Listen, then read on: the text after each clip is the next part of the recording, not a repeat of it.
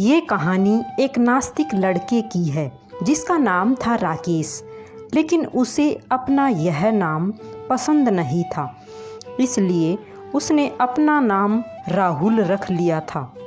वह अपने गांव से दूर एक शहर में एक डांसिंग क्लब में काम करता था और हमेशा रंग भरी जिंदगी जीने में मसरूफ़ रहता था।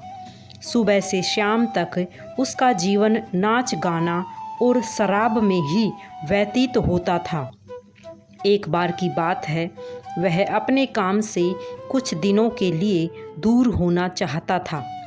दरअसल वह शोर शराबे वाली ज़िंदगी से बोर होने लगा था और वह अपने जीवन में कुछ बदलाव ढूंढ रहा था, लेकिन उसके गांव के अलावा और कोई दूसरा स्थान नहीं था जहां वह जा सके।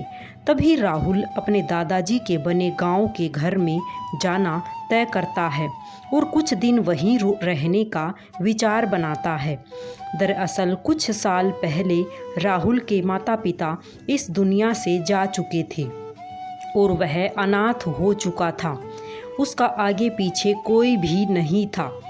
गांव जाना भी उसे अच्छा नहीं लग रहा था, लेकिन मजबूरीवश वह गांव के सफ़र पर निकल जाता है।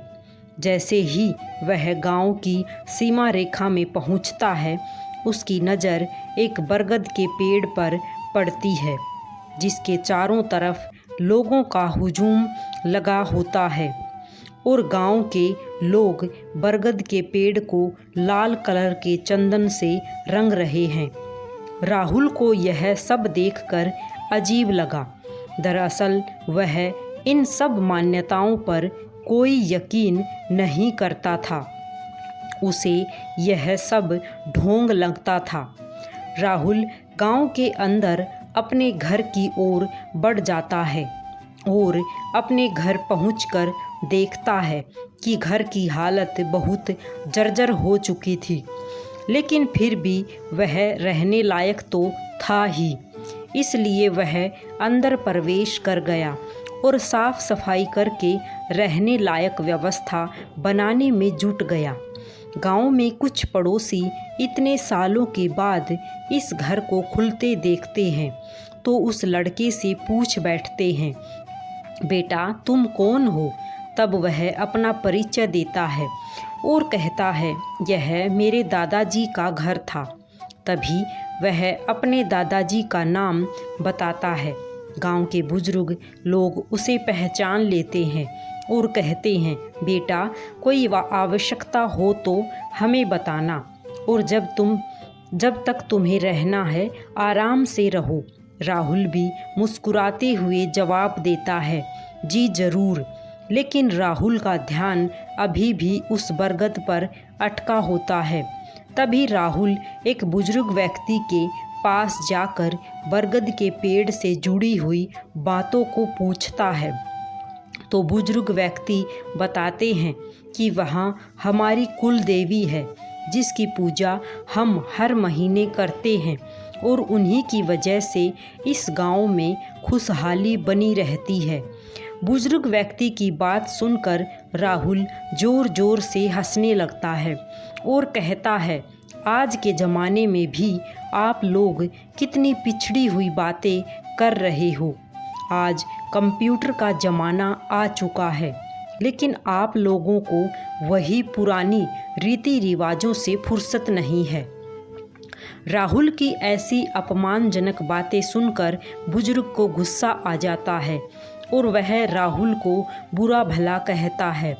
राहुल भी बुजुर्ग की बात से नाराज होकर वहाँ से चला जाता है और कसम खाता है, जब तक इस गांव की इन सब रीति रिवाजों की पोल न खोल दूं, तब तक यहाँ से नहीं जाऊँगा। अगले ही दिन शाम के वक्त गांव वाले अपनी फसलों की पूजा करने के लिए खेतों में जा रहे होते हैं और राहुल भी उनके पीछे पीछे खेत तक पहुंच जाता है और छुपकर देखता रहता है। काफ़ी देर तक इंतज़ार करने के बाद गांव के लोग पूजा करके वापस चले जाते हैं। लेकिन राहुल के दिमाग में विरोध का ज्वालामुखी फूट रहा था और वह अपनी बात को सच साबित करने के लिए कुछ भी करने को तैयार था। तभी वह खेतों के किनारे दिए जलते देखता है और उसके दिमाग में आता है, क्यों न खेतों में आग लगा दिया जाए, फिर कौन उनकी फसलों की रक्षा करेगा। अब देखता हूँ कौन सी कुल देवी आती है बचाने। वह गांव वालों के खेतों में आग लगा देता है और देखते ही देखते आग बढ़ने लगती है और राहुल गांव की तरफ तेज़ी से भागने लगता है ताकि उसे कोई देख ना सके।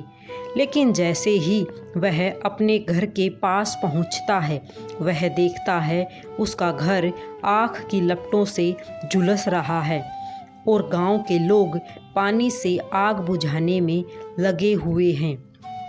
उसे कुछ समझ नहीं आता कि यह कैसे हुआ।